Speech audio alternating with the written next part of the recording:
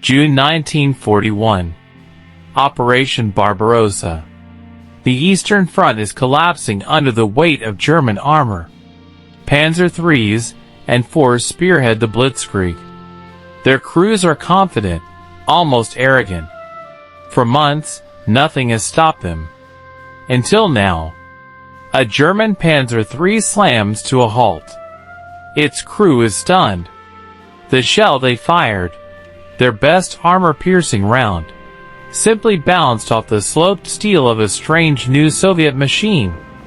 It rolls out of the treeline, covered in mud and frost, turret swiveling like a predator taking aim.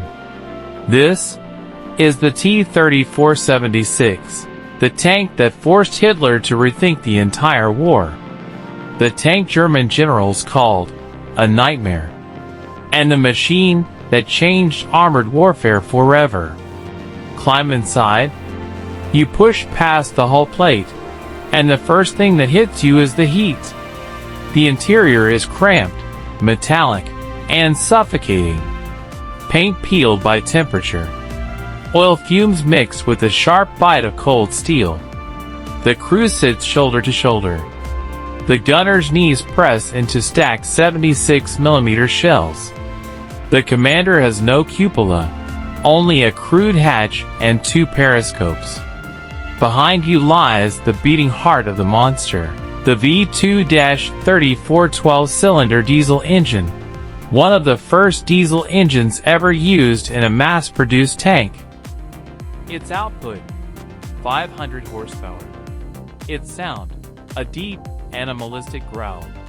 The transmission is harsh. The Soviet gearbox was primitive but rugged. Every shift feels like breaking bone. Now look around. The armor. The genius isn't its thickness, it's the slope. At 45 degrees, the frontal plate turns a 45mm sheet into the equivalent of 90mm effective armor. That was the secret. Not more steel, but smarter steel. A German Panzer IV had vertical armor.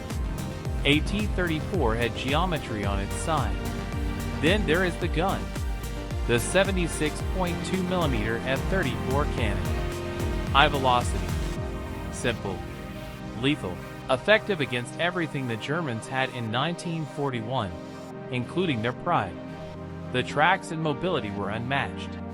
Wide 500mm tracks give the T-34 an almost supernatural ability to glide over mud, snow, and marsh that bogged down heavier German armor.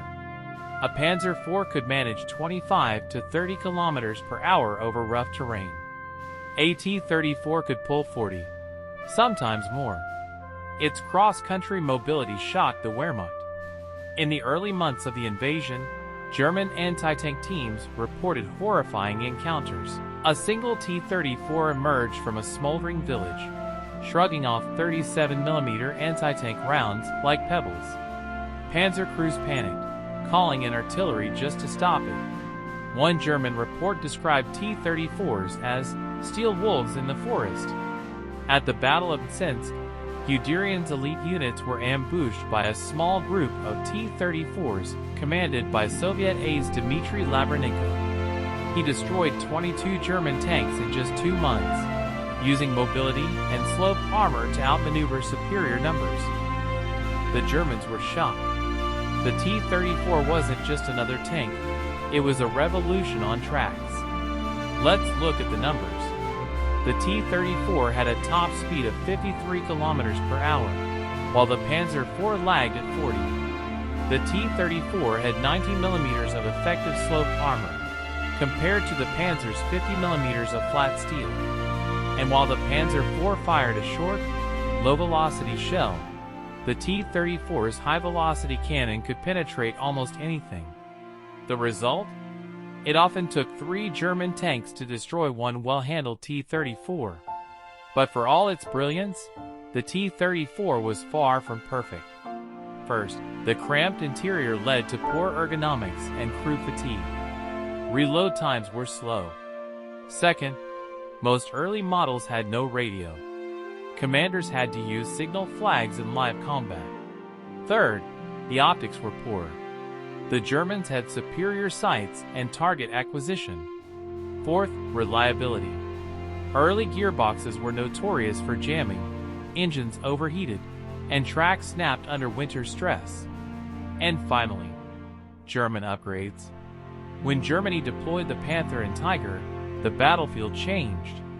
The 76mm gun struggled against the Tiger's massive front armor. The T-34 was no longer the apex predator. By the war's end, over 57,000 T-34s rolled across Europe. It was cheap, fast, and deadly. It forced every nation, Germany, Britain, the United States, to rethink tank design. Sloped armor became standard. Diesel engines became essential. The T-34 wasn't just feared, it rewrote the rulebook. Final verdict. The T-34 wasn't perfect, but it was the right tank at the right time, and it broke the back of the Wehrmacht. Even Hitler admitted, "If I had the T-34, I could have conquered the world."